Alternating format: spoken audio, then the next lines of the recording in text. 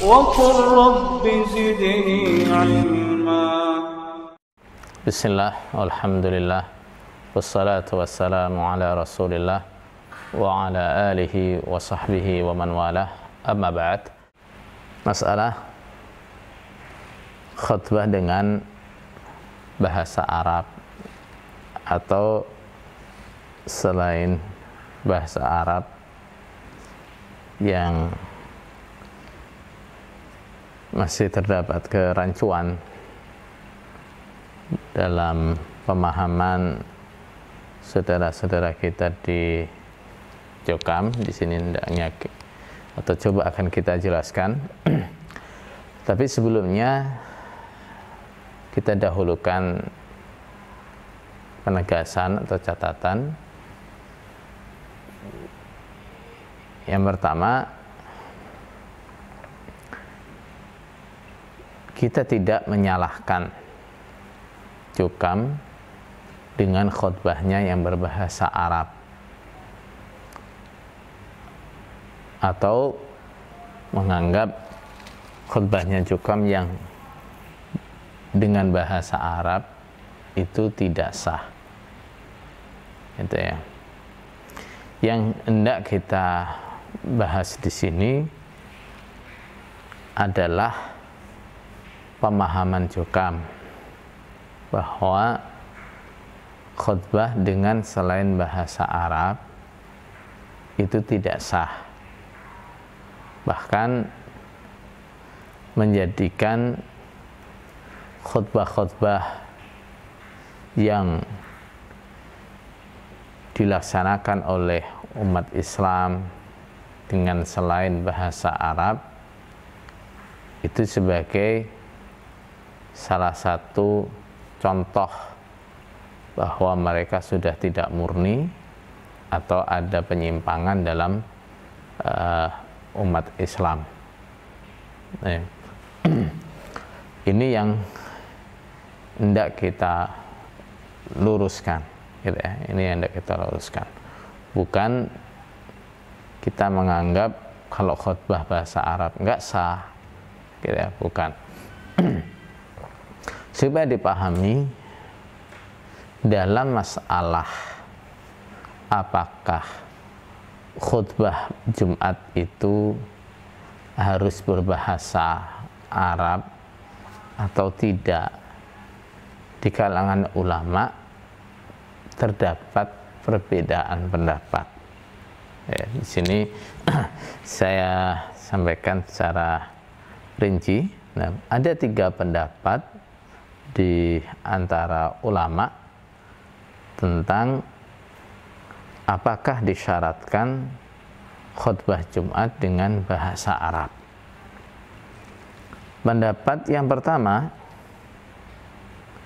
adalah pendapatnya ulama-ulama Malikiyah dan pendapat yang masyhur di kalangan madhab Hanabilah atau madhab Hambali. Mereka ini berpendapat bahwa disyaratkan khutbah Jumat dengan bahasa Arab bagi yang mampu berbahasa Arab. Jadi khutbah Jumat disyaratkan berbahasa Arab bagi yang mampu berbahasa Arab. Artinya khotibnya bisa berbahasa Arab, walaupun pendengarnya tidak paham bahasa Arab. Ini madhab Maliki dan salah satu atau yang masyhur dalam madhab Hambali. Yang kedua, madhab Syafi'i, juga sebagian ulama-ulama Hanabilah. Mereka berpendapat bahwa khutbah disyaratkan berbahasa Arab apabila khatibnya mampu berbahasa Arab,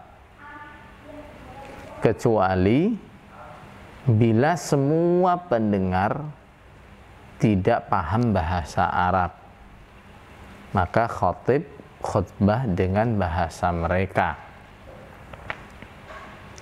Yang ketiga, ini adalah mazhabnya Abu Hanifah, sebagian ulama Syafi'iyah, juga sebagian ulama Hanabilah. Nah,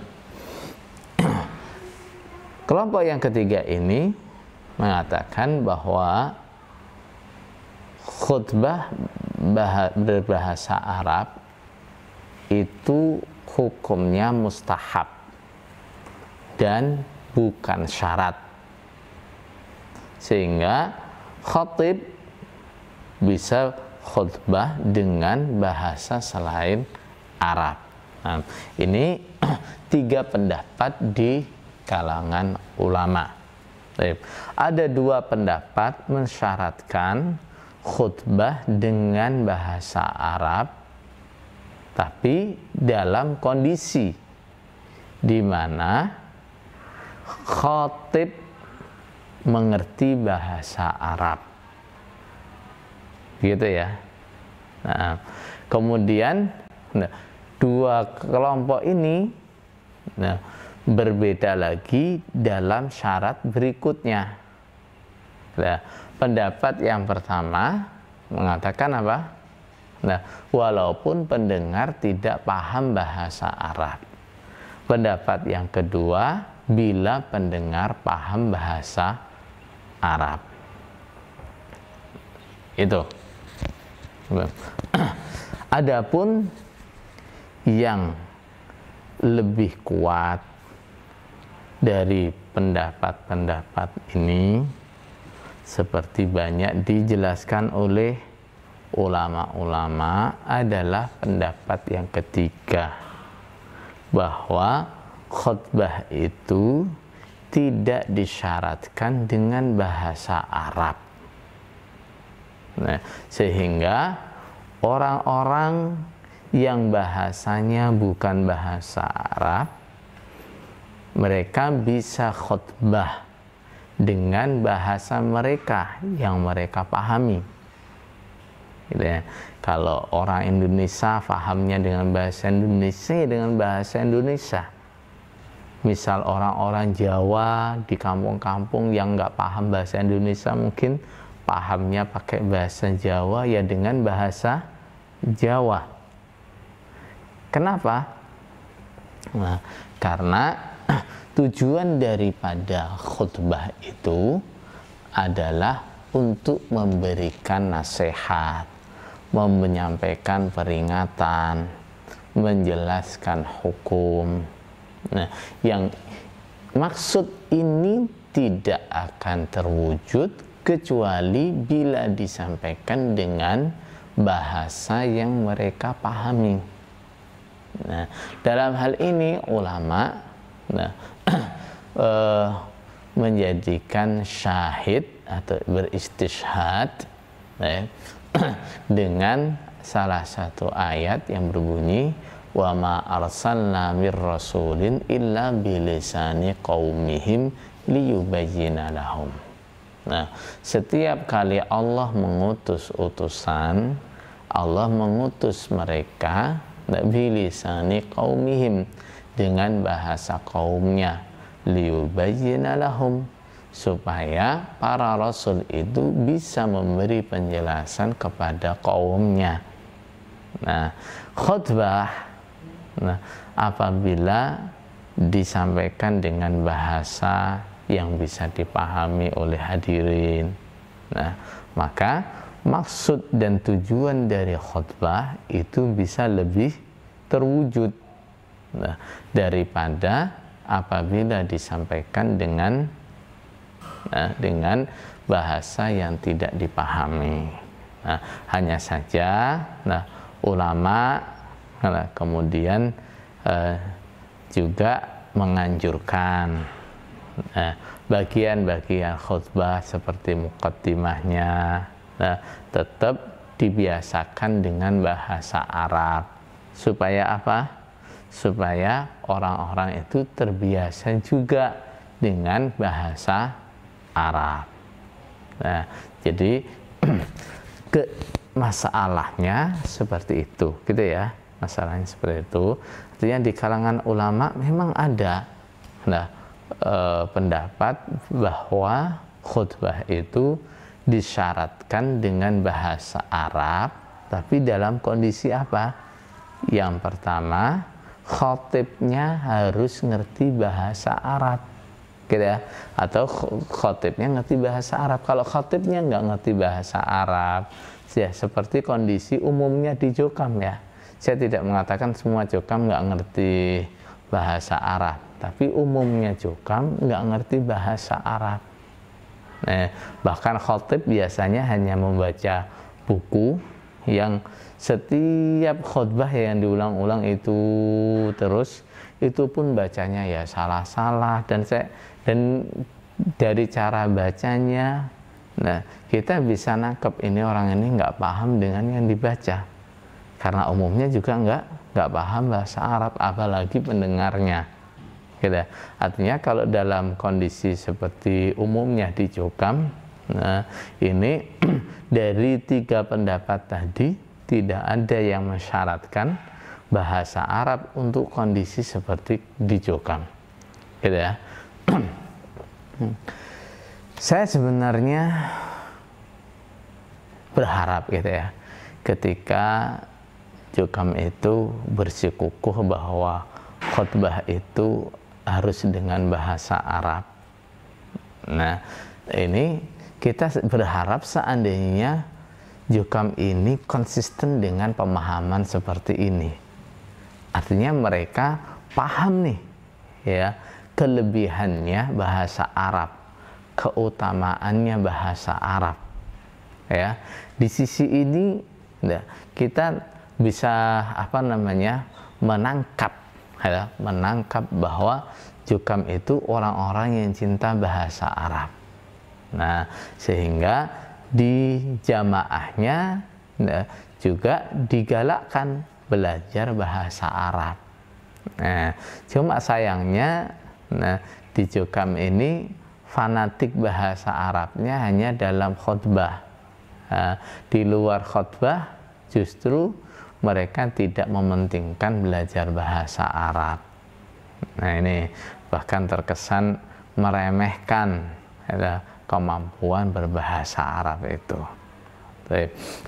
Kembali lagi bahwa yang kita salahkan bukan khutbahnya mereka dengan bahasa Arab.